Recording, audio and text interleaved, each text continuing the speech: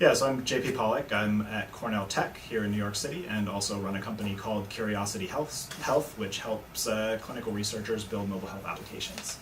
Background is back and forth between academia and entrepreneurship, almost exclusively in healthcare and life sciences and information, data science, and human-computer interaction. What is your knowledge or what is your affinity towards sleep and that component of the world that you're working in and trying to figure that out?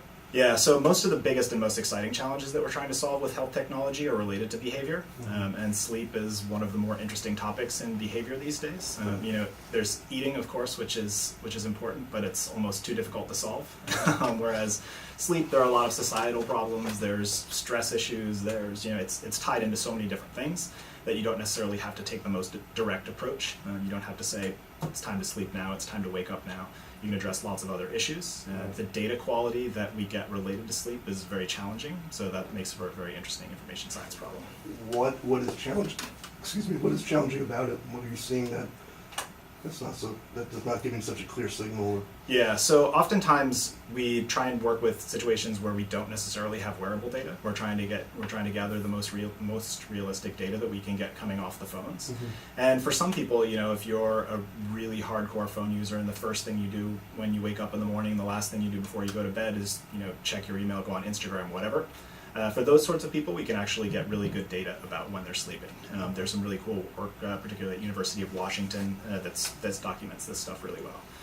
But then other people have different sorts of scenarios, and maybe they set alarms when they wake up, but they don't use their phone within an hour of going to bed. These kinds of things. So we can use other things like ambient noise from the microphone, the photo sensor on the phone to detect light, to see when the lights may have switched off. But all of these things are really noisy and can be impacted by lots of different things. So it's never a very clear signal. So taking the different signals, whether it's voice, sound, or facial maybe, as far as capturing images, self-reported, maybe some passive data that we can look at and find patterns in.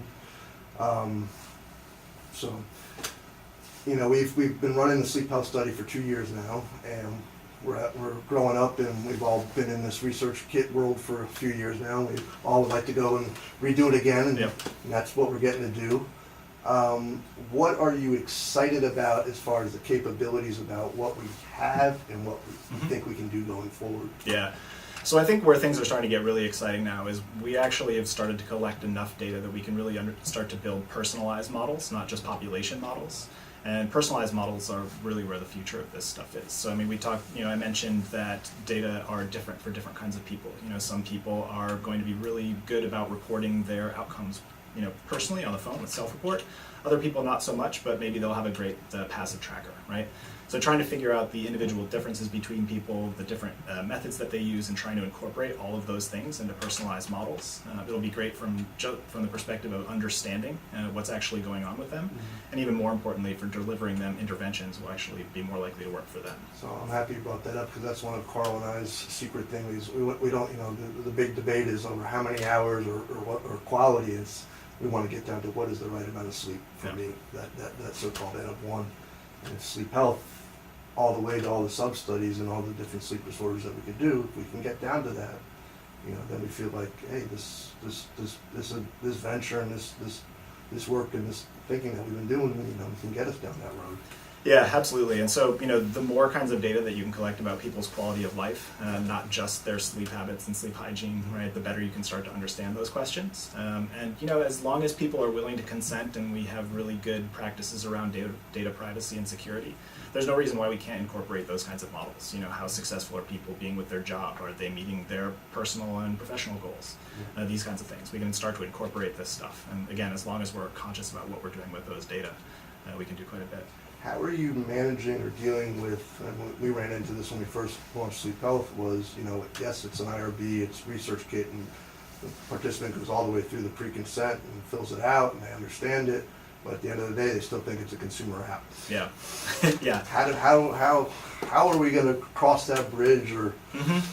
Yeah, so this is a big challenge, and it's something that we have folks at Cornell Tech working on. There's a researcher at the University of Maryland, Katie Shilton, who's doing fantastic work in this area, and most of it comes down to privacy versus utility trade-offs.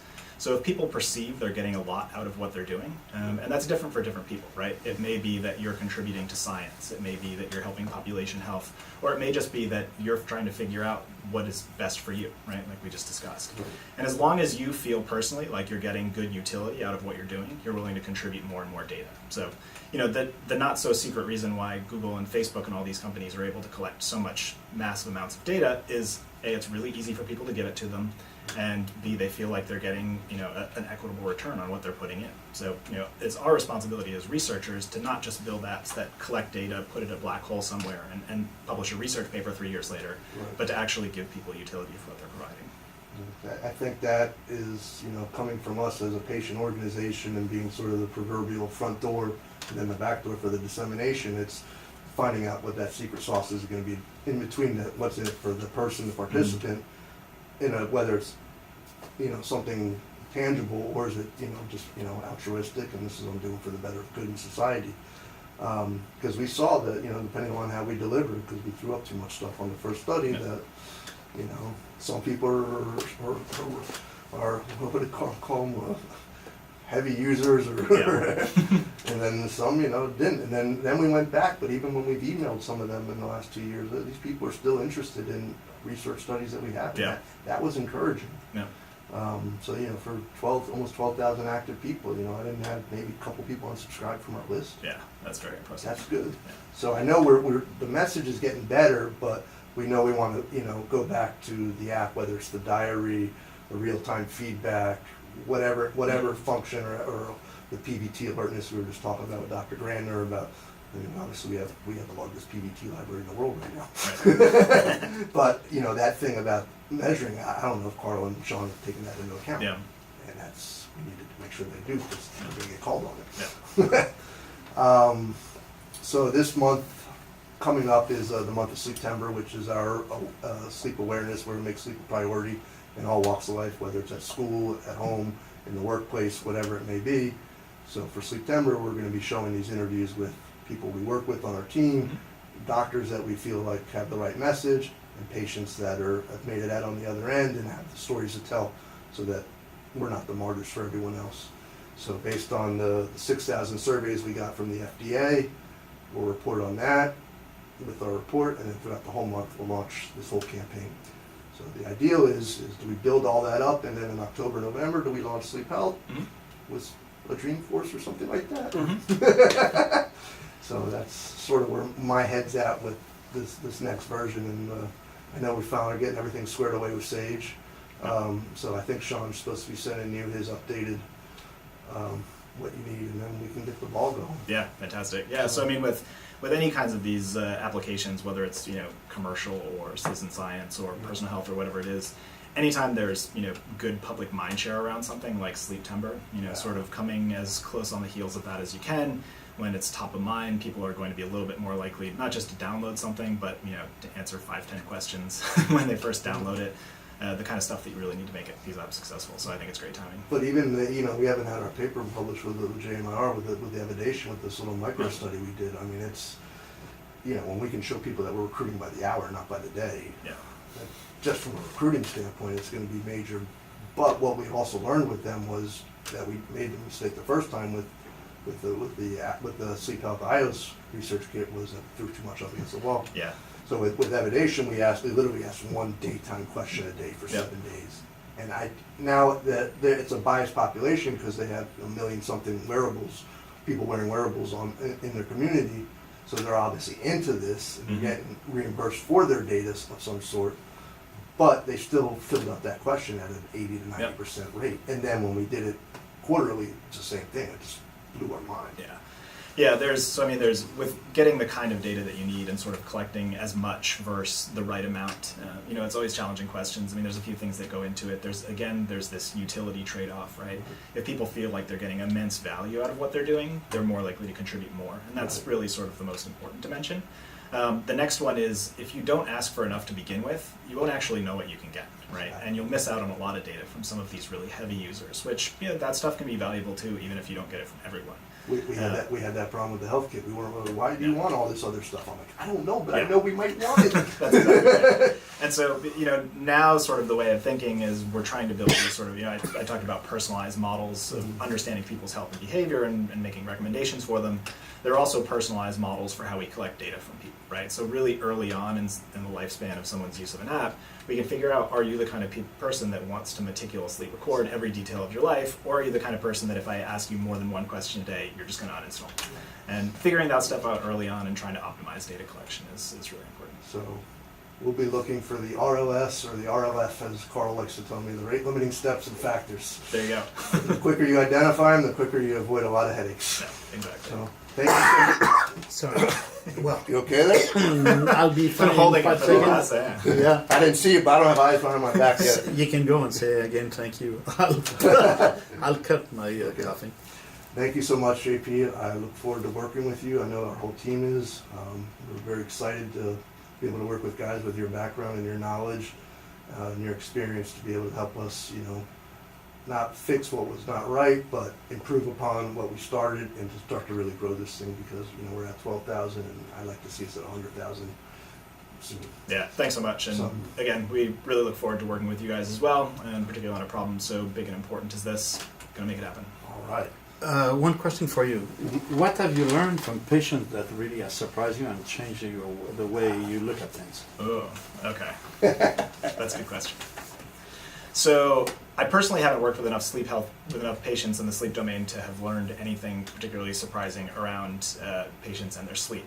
But a couple of things that I've learned from patients that have been quite surprising. So people's willingness to participate in this kind of research and contribute large amounts of data to kind of go out of their way is so often dependent on the relationship between themselves and the organization, right? And that in and of itself shouldn't be surprising, but we see doctors that ask a patient to go and to download an app and do some things, and a year later they're still using it even though they were supposed to use it for 2 weeks, right? So there's that.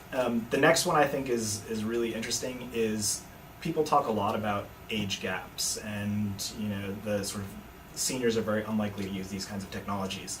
And that's just simply not the case, right? So there are people who have obvious barriers, right? Vision, hand tremors, they've never tried to use technology before. But by and large, we give people these new kinds of technologies and they're excited to use it. And it's more fun than filling out paper questionnaires. It's much more fun than sitting and staring their doctor in the face and answering the same questions 20 times over again.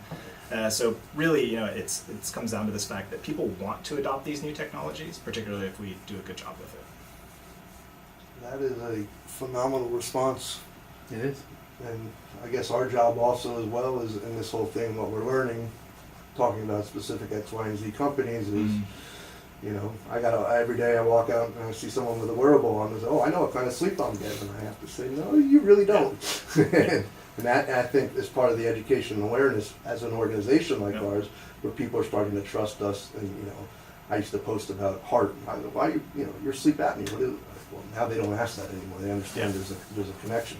Yeah, I think our biggest educational challenge for the foreseeable future is to teach both the patients how to work with researchers and the researchers how to work with patients. Yeah, absolutely. So it's funny, the About Network, which is all the BRCA ladies, they've got more ladies set up to want to work with researchers. They can't even find enough researchers Really? to match them with.